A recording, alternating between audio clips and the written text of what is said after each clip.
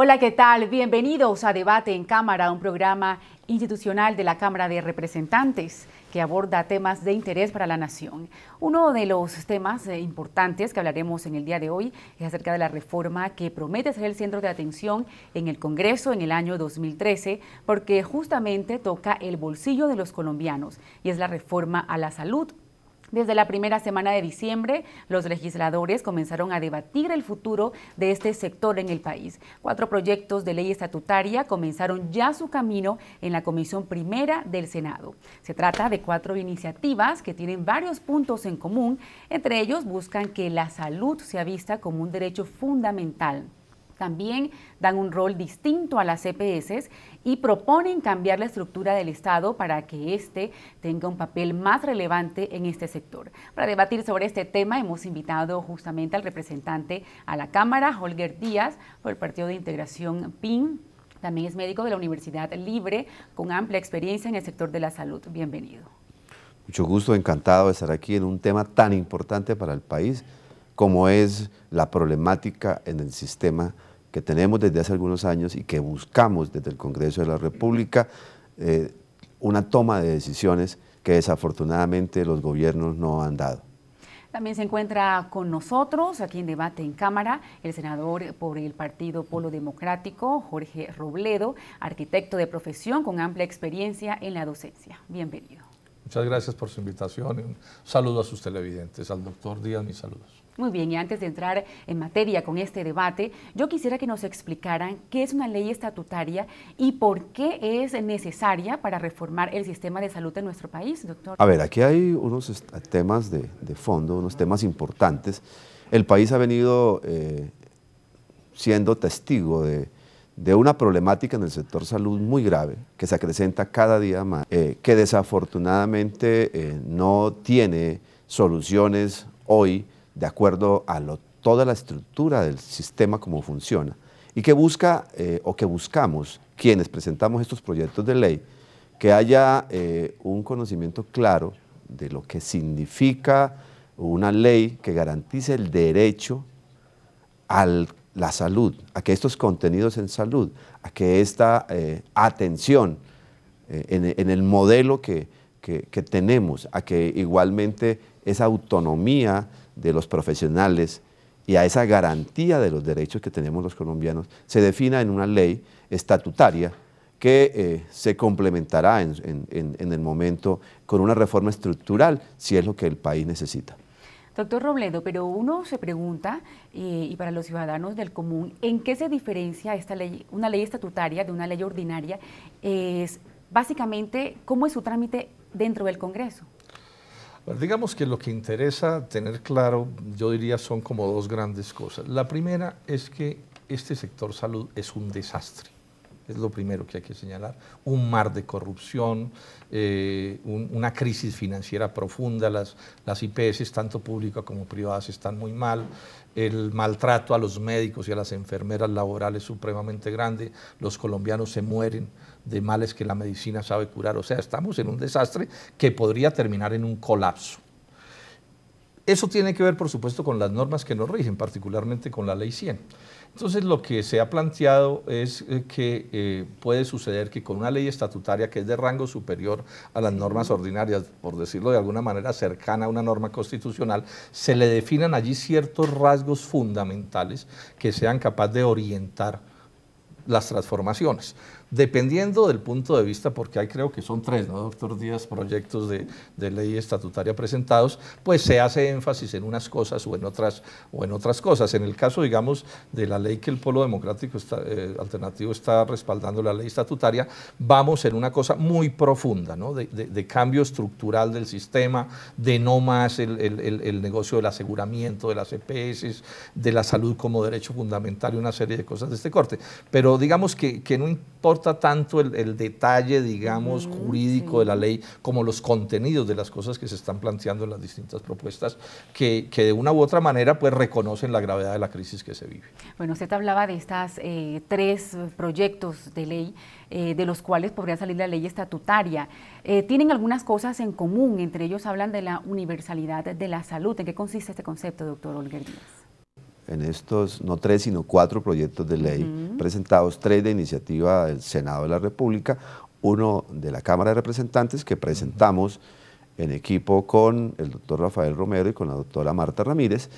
En estos proyectos lo que se busca es una modificación a esa estructura que hoy tiene el sistema, que es nociva fundamentalmente para la oportuna atención, para la eficaz atención y para la calidad del servicio, que es desafortunadamente lo que no tenemos los colombianos. Igualmente se busca promover una nueva relación entre los actores del sistema que hoy se comportan como enemigos, redefinir la rectoría que debe tener el Estado y adicionalmente redefinir el concepto de los dineros públicos que se manejan en el sistema de salud, que son billones, pero que, repetimos, no garantizan que tengamos los colombianos el acceso a una atención en salud digna como nos la merecemos. Bueno, pero se ha generado toda una polémica en torno al nuevo papel que tendrían ahora las EPS.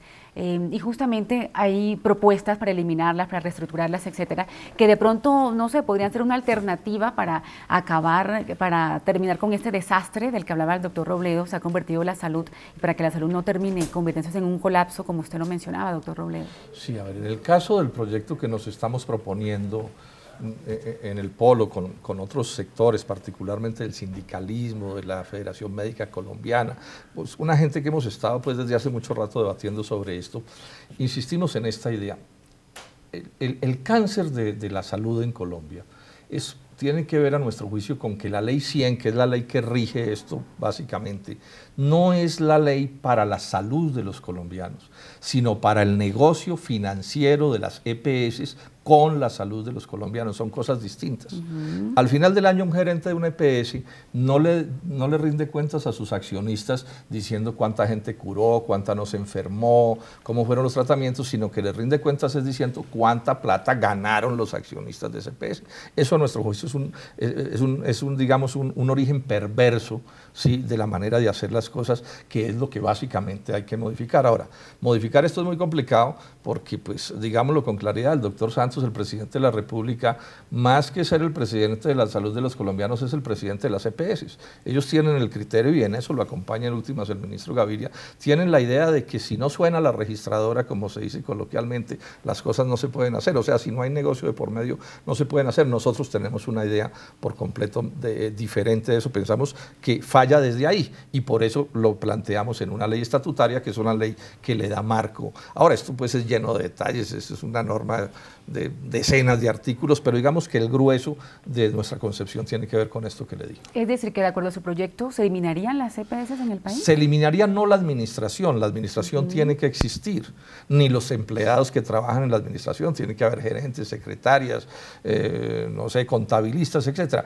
pero sí se acaba la EPS de manera estricta en el sentido en que nadie podrá embolsillarse la plata de los recursos de la salud con el pretexto de que la administra, que es lo que hoy sucede. Entonces proponemos un sistema, ¿sí?, completamente distinto, en donde no aparece la ganancia, ¿sí?, de quienes administran, sino que simplemente la administración lo que está haciendo es, digamos, recibir los costos de su funcionamiento. Y por supuesto no se trata de estatizar el sistema, no estamos proponiendo eso. Pensamos que en el mundo de los prestadores de servicios, o sea, de las IPS, debe haber públicas y privadas. Sí, pero por supuesto todo eso controlado por el Estado, siempre pensando en la salud de los colombianos. Doctor, ¿usted estaría de acuerdo con este planteamiento del doctor Robledo? ¿Qué propone este proyecto con respecto a las EPS? A ver, aquí hay unos temas claros, unos temas de fondo. Cuando se hace un análisis del sector, y tal vez el sector más sobrediagnosticado que existe es el de la salud, hay un colapso financiero del sistema. Las EPS del régimen subsidiado por una aparente insuficiencia técnica de la unidad de pago por capitación, entraron en una quiebra y hoy casi que el 100% de las EPS subsidiadas están en colapso financiero. Y en el régimen contributivo aparece un problema adicional, y es que con los mismos recursos de la UPC, las EPS apalancaron el pago de los no POS, que se establecieron a través de recobros, que pasaron de 50.000 millones en el 2002 a 2.5 billones en el 2011, que el Estado hoy dice que la cartera que aparentemente se le debe a las EPS en el contributivo por atención a través de l'ONOPOS, de los 2 billones de pesos, el Estado reconoce 500.000 millones. Eso aumenta el hueco económico que se establece ahí. La propuesta que tenemos o que tengo claramente es redefinir el papel que debe tener las EPS. Desde mi concepción, las EPS deben tener un papel de administradoras de los servicios de salud, de los planes de beneficios, que se le den unos incentivos a las EPS por los resultados en salud, por los indicadores positivos de su población afiliada, y no como ocurre hoy, que no existe ningún tipo de control y que simplemente es unos recursos que giran en el sistema. Con giro directo no tendría hoy papel la presencia de EPS, sino de administradoras de estos planes de beneficios con unos controles claros y ciertos por parte del Estado, que desafortunadamente hoy no tenemos, porque no hay ni rectoría del sistema por parte del Ministerio, ni la inspección y vigilancia y control que requiere el país en salud a través de la superintendencia. Este control del que usted habla por parte del Estado, ¿garantizaría un poco que el sistema de salud salga a flote, de pronto que se acabe con la crisis en el sistema de salud? Doctor Robledo. Yo diría esto, o sea, la crisis es muy profunda, pero es de una gravedad inaudita. El propio gobierno está aterrado. Las EPS están aterradas. Esto está tan mal que ya casi que no le está funcionando el negocio a nadie, pues para no hablar de la salud de los colombianos, que es malísima. Nosotros insistimos en que esto necesita cambios de fondo, que tienen que ver con cambiar el enfoque, Y en ese sentido no debe haber EPS. Incluso voy a poner este ejemplo, que es un ejemplo práctico. En Colombia hay sectores de la sociedad colombiana que tienen salud mejor en cuanto a derechos que los del mundo de las EPS. Y funcionan mejor. El caso del magisterio en Colombia, por ejemplo, no tiene EPS. Las Fuerzas Armadas no tienen EPS. Ecopetrol no tiene EPS. La Universidad Nacional de Colombia no tiene EPS. En Canadá, para poner un ejemplo, en Inglaterra, porque esto es una discusión en el seno de, digamos, de economías de mercado, de economías capitalistas, en esos países no hay EPS. Es decir, no hay EPS, no es que no haya administración, yo repito, tiene que haber administración, tiene que haber gerentes, secretarias, pero lo que sucede con las EPS es que ellas nos cobran la administración, o sea, su gerente, las secretarias, etcétera, y además una ganancia que son recursos que sustraen del sistema, y estamos hablando de masas enormes de dinero que al no convertirse en medicamentos, en médicos, en procedimientos, en buena medida explican la carencia que sufren los ciudadanos, que es lo que al final nos interesa. ¿Qué salud con qué salud se le llega a los colombianos? A ver, tal vez el fracaso desde mi concepto, más que como congresista, como médico, desde mi experiencia profesional en el sector, que afortunadamente he tenido la oportunidad en mi vida de ejercer mi profesión, pero también estar en lo público como administrador en una Secretaría de Salud departamental, en mi departamento. Es absolutamente claro que el modelo inició equivocadamente, porque en vez de primar la promoción de la salud y la prevención de la enfermedad, arrancamos en el modelo de la Ley 100 con un modelo curativo. Cuando hablamos de los billones que están en el sector, que nos parecen demasiado grandes, nos encontramos con un problema, y es que no importa cuánta plata tengamos en el sistema, mientras el modelo sea curativo, esto nunca alcanzará.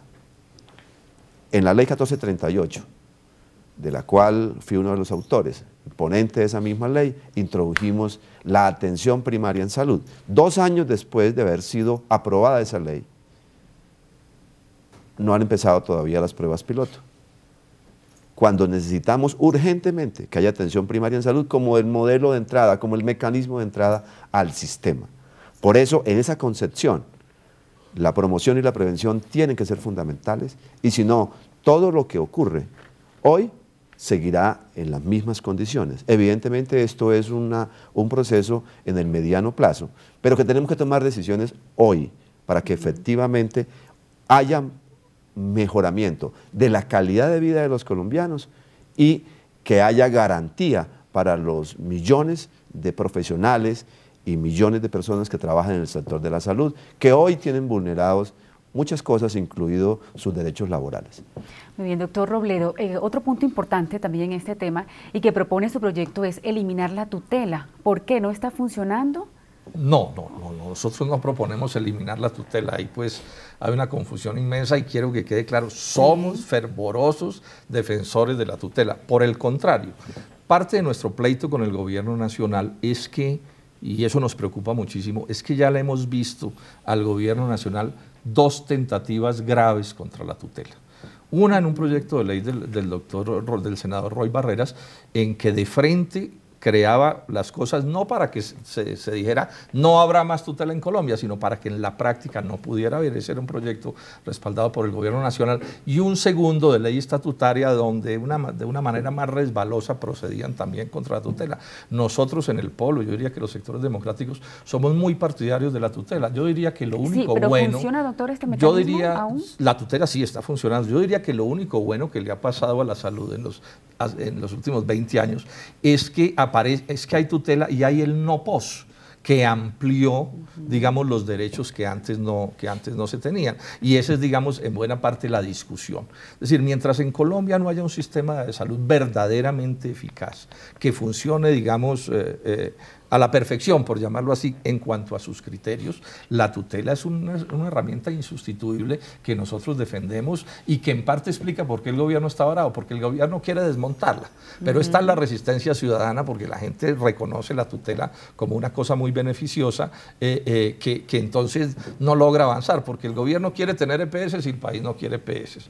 El gobierno quiere acabar con la tutela y el país no quiere tutela. Y además todo indica, hablábamos ahora con el representante un poco aquí, que pareciera que el gobierno además quiere EPS, digamos, pero de los grandes magnates del capital financiero, no de un poco de sectores, digamos, menos poderosos. Y eso, por supuesto, también genera una gran resistencia nacional.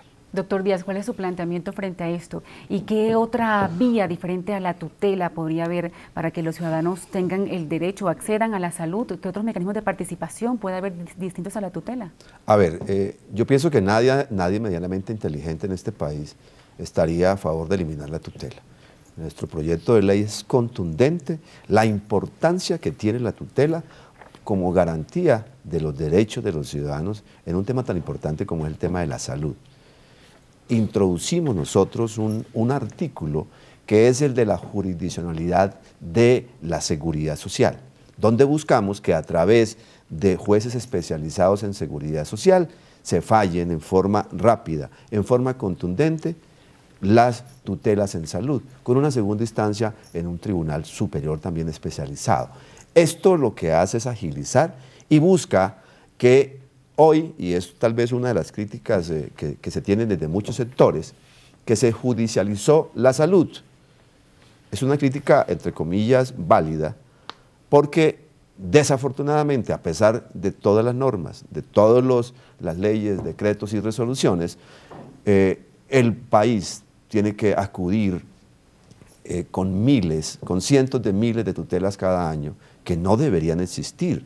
Entonces, gran parte de los jueces, con un conocimiento importante, fallan en derecho, pero hay un porcentaje que falla en regadera y que establece criterios a veces absurdos, que como profesionales de la salud los vemos con frecuencia, y que para esto es importante que se garantice que el fallo sea un fallo cierto, un fallo que defienda los derechos de los usuarios, pero que al mismo tiempo no dispare hacia todos los costados, dejando a veces al mismo usuario en incapacidad de responder, porque no siempre es hacia un solo, hacia el prestador, sino a veces hacia el asegurador, hacia el ente territorial, hacia el Estado, hacia todos, y tenemos que garantizar que estos fallos se den en derecho, se den rápidamente y defiendan efectivamente a los ciudadanos.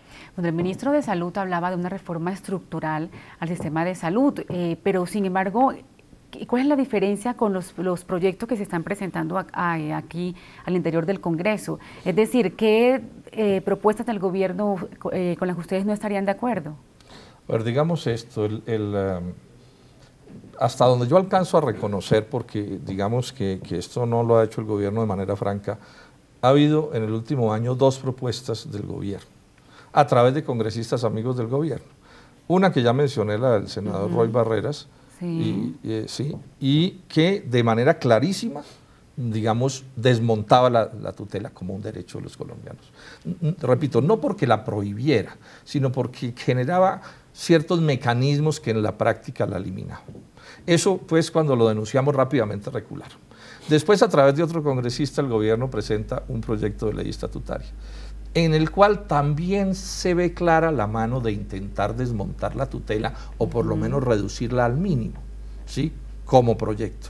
Eso, por supuesto, nosotros de entrada al final del año dijimos, no podemos compartir ese punto de vista. No sabemos qué va a pasar en marzo, porque el gobierno ha dicho que está con otra idea, digamos, por lo menos formal, que ya no sea ley estatutaria, sino ley corriente, ¿cierto? Y no sabemos con qué nos va a salir, pero yo abrigo la certeza de que ahí va a ir otro tiro contra la tutela de una u otra manera, porque es que esa es la mentalidad del gobierno. El gobierno dice que el problema falla es porque no hay plata suficiente, y no hay plata suficiente porque los colombianos a través de la tutela tienen mucha salud. Y nosotros pensamos que no, que la plata que hay es suficiente y que la tutela lo único que hace es que un plan de derechos que es muy pequeño y muy restringido, a través de la tutela los jueces lo han ampliado. O sea, que no solo tenemos el derecho al pos, sino al no pos. Son palabrejas extrañas aquí, pero que son parte del asunto. Y yo me temo que el gobierno, con detalle más, detalle menos, nos venga con una cosa parecida ahora en marzo. Pero por supuesto tendremos que esperar a ver qué es lo que va a pasar. Doctor Díaz. A ver, nosotros seguimos en el proceso del estudio y el trabajo, y por eso se han hecho foros, uno en Bogotá, en los próximos días se va a hacer uno en Bucaramanga, foros sobre la ley estatutaria, que al mismo tiempo nos permiten conocer desde los sectores académicos, desde los sectores de las sociedades científicas, de los trabajadores de la salud y de los ciudadanos, cuál es la concepción que hoy debemos introducir, porque sí es necesario una reforma estructural en algunos temas definidos. Mi posición, mi pensamiento, y lo he dicho en muchos escenarios, inclusive lo he escrito, es que si solamente el 50% de lo que tenemos hoy en las diferentes leyes aprobadas en los años anteriores se cumplieran, no tendríamos casi que ningún problema en el sector.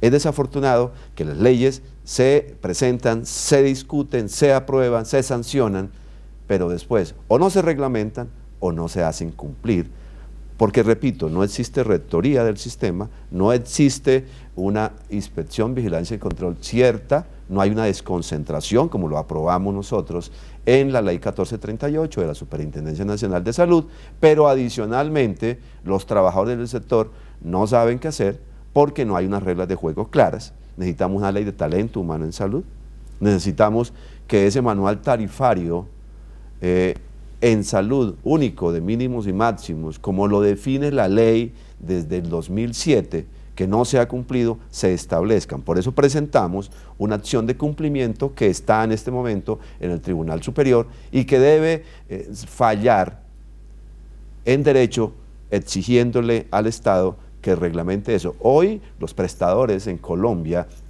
tienen tarifas que en su momento se llamaron IS, cuando existía el Seguro Social, o hace rato no existe, pero las tarifas siguen siendo IS 2001. 12 años después tenemos las mismas tarifas para el sector. Unas posiciones dominantes de algunos, con tarifas por debajo del mercado, que revientan, valga la palabra, a miles de los prestadores, y otros con unas tarifas por encima del mercado, donde el único ganancioso hoy, cuando está quebrado, las EPS, los hospitales, las clínicas, los pacientes no son atendidos, son las multinacionales farmacéuticas y las de insumos, que son quienes realmente hoy tienen el poder en el sistema.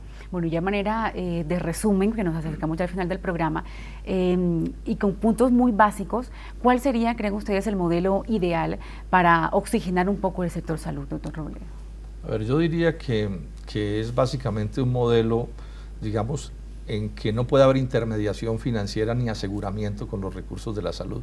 Uno se podría inspirar en el modelo inglés o canadiense o alemán, ¿sí?, que son distintos al nuestro. En el mundo hay 3 grandes modelos de salud: el que tiene origen en la Alemania de Bismarck, el canadiense que tiene origen en Inglaterra, y el tercero, que es el peor, que es el de Colombia. por el otro lado podríamos buscar, o sea, cómo hacer las cosas bien hechas está más o menos claro.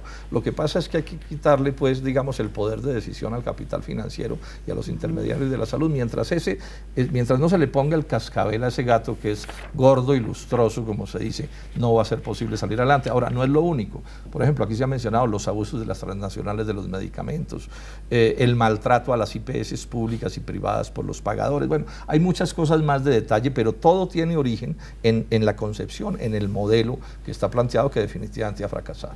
Doctor Díaz, conclusiones. A ver, la verdad es que la primera, la más importante, es que tengamos un modelo de prestación a través de atención primaria en salud. Eso nos ayuda en un mediano plazo a resolver una buena parte de la problemática, sobre todo en la prestación. El segundo aspecto es la redefinición del papel que deben cumplir las EPS, que ya he explicado claramente que se deben convertir en administradoras y que esta administración debe tener unos estímulos por parte del Estado desde el punto de vista de los resultados positivos en salud de la población afiliada de cada una de estas administradoras. Adicionalmente a esto, unas reglas de juego claras con respecto a el flujo de los recursos. Hoy tenemos flujo directo para algunas de las atenciones en salud, sobre todo en el primer nivel.